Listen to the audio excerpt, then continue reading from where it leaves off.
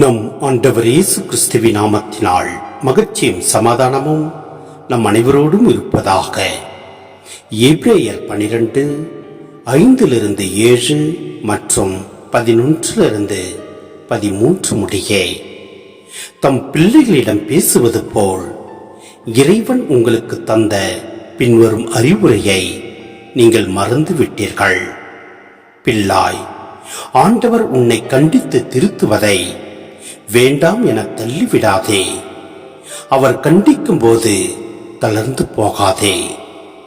தந்தை தாம் ஏற்றுக்கொண்ட மக்களை தண்டிக்கிறார்.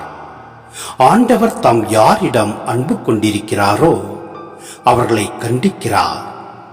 திருத்தப்படுவதற்காக துன்பங்களை தாங்கிக் கொள்ளுங்கள். கடவுள் உங்களை தம் பிள்ளைகளாக நடத்துகிறார்.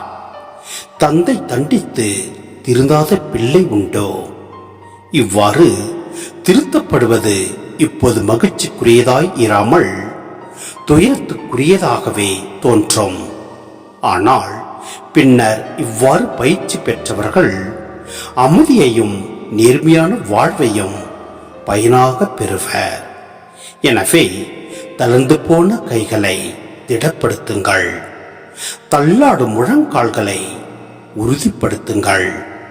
நீங்கள் நேர்மையான பாதையில் நடந்து செல்லுங்கள். அப்போதுதான் ஊனமாய்ப்போன கால்மூட்டு பிசக்காமல் குணமடையும். சிந்தனை: நாம் சிறு பிள்ளைகளாக இருக்கின்ற போது நம் தாய் தந்தை நம்மை தண்டித்து திருத்துகின்றார். ஆனால் அப்பொழுது நமக்கு பெரும் துயரத்தை கொடுக்க வல்லதாக உள்ளது. அதுவே பின்னர் நமக்கு பெரும் மகிழ்ச்சியும் நிம்மதியையும் தருகின்றது. ஆம், நம் ஆண்டவர் நம் தாய் தந்தையை காட்டிலும் நம் மீது மிகுந்த அக்கறையும் அன்பும் கொண்டுள்ளார். எனவேதான் நம்மை தண்டித்து திருத்துகின்றார். எனவே நாம் தளர்ந்து போன கைகளை திடப்படுத்துவோம். தள்ளாடும் முழங்கால்களை உறுதிப்படுத்துவோம். நம் ஆண்டவர் நம்மை தண்டிக்கின்ற போது அவற்றை நாம் மன மகிழ்ச்சியோடு ஏற்று வாழ முயல்வோம். மேலும் சோதனைகளின் போது மன உறுதியுடன் இருக்க 3 காரணங்களை நாம் மனதில் கொள்ள வேண்டும்.